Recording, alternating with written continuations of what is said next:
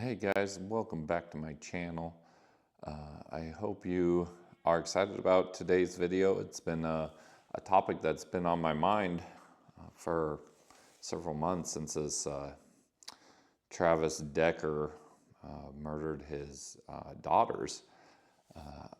The minute I heard this story, it started to raise some red flags to me about how people traditionally took on this wild man persona, maybe this Sasquatch-esque persona. And one of the first few things that caught my mind were the fact that Travis's family reported that he would spend more and more time in the wilderness, sometimes for months at a time. And he would live off his skills. He was in the Army, and he was in the infantry. He was in the 75th Ranger Battalion, 503rd Infantry, 173rd Airborne. So he had pretty extensive training about how to survive out in the wilderness. And then he did a tour to Afghanistan, and he was diagnosed with PTSD, post-traumatic stress syndrome, and BPD, which is borderline personality disorder. And so those can come from very stressful events in combat or whatever. And I assume that that dude was in the thick of it in Afghanistan. So then when he came back, he couldn't really assimilate back into normal culture. And I can say that that is a problem. I was a service member myself, and getting back in the swing of life when you're used to that intense, always on the guard, always on the fearing for your life mentality, and then trying to come back into civilian life is a struggle.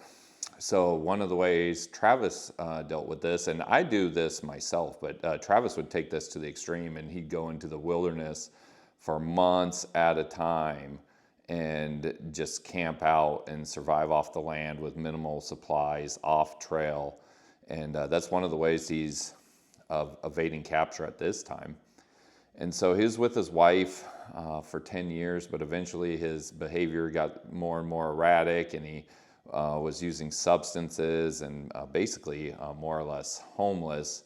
And she was concerned about her three children's safety with Travis.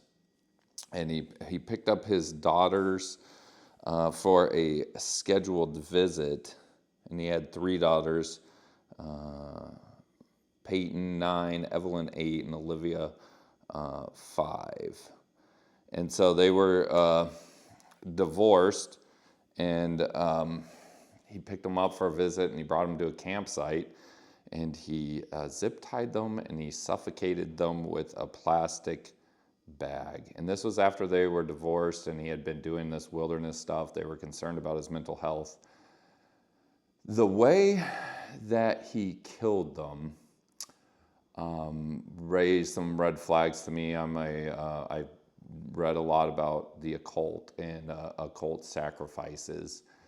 And suffocation's a common sacrificial technique. There's actually a name for it in Italian. It's called incapertamento. And so they found sacrifices throughout Europe with people bound and then suffocated, and very similar to how Travis killed his daughters. And then after he killed them, he went into the woods. And I also looked up the moon cycle when he killed them. It was a crescent moon. So they found the bodies on June 2nd. So the full moon wasn't too far before that. So he could have killed them during the full moon. But on June 2nd, 2025, it was a waxing crescent moon, which signals new beginnings. And so if Travis was into the occult or in contact with some of these spirits possessing him from the wilderness, that would be a time to murder his families as a sacrifice to these spirits. And if you've watched some of my other videos, I say that, potentially these wild men, these that become Sasquatches, could be possessed by these wild spirits. And now Native legends, First Nation legends, Scandinavian legends, they talk about the more you're in the woods, the farther you get away from human society, and you become more and more about the woods. You care less and less about human society. And really, when you're doing a sacrifice, the more meaningful the sacrifice is to you, the more impact it has.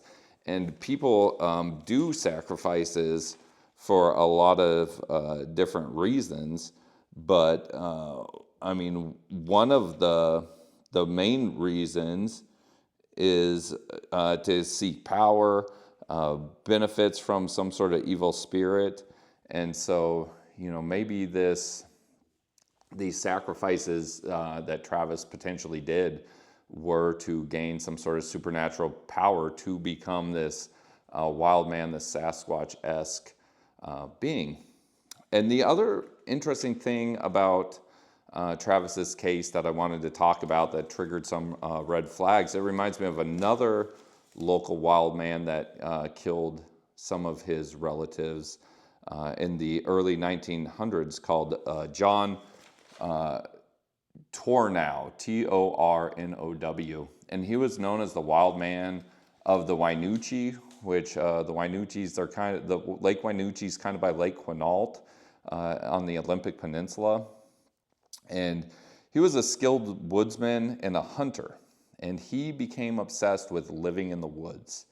And he lived in the woods pretty much by himself for up to 2 years. And he started to get more and more erratic, and his behavior started to slip, and he just kind of was lapsing into that reality of where he just spent more time in the woods, less time with his family. And so during that 2 times, he had 2 nephews he really loved. Their names were Will and John. And Will and John were twins. They were 19 years old. And he was really fond of his nephews. And I read an autobiography or a book written about his life. And it talked about his nephews were the only 2 he really wanted to spend time with. And he'd bring them hunting and he'd bring them fishing. And so they got concerned about their uncle living in the woods on his own for 2 years, just like a wild man. And they went looking for him.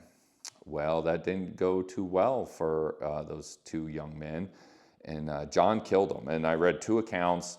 One says he shot them both in the heart, and one said he shot them both in the head, which 2 young boys used to being in the wild.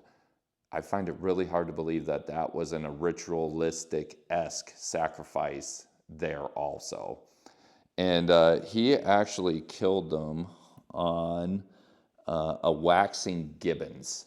So a waxing gibbons is a moon cycle, and it has to do with, it's the final step. If you're doing a ritual, you do it in the waxing gibbons for a final step. So I think John killed his nephews as the final step for his transition to becoming a wild man. So after John killed his nephews, a posse was formed, and they hunted John on and off for 2 years. And he actually killed 2 more men hunting him. He became known as the wild man of the Wynoochee. And he started to take on this monstrous shape that I talk about, where he's just a hairy, gangly wild man. He was eating all this protein, scantily clad in rags, and just hairy and dirty. So he killed 2 guys looking for him. Their names were August Michael and Louis Elmer, and it was just 2 hunters trying to get the bounty. And then he continued to live out in the wild for about another year, and then a 3-man posse went looking for him. And during that posse search, he killed 2 deputies, Charles Rubin and Albert Wetton.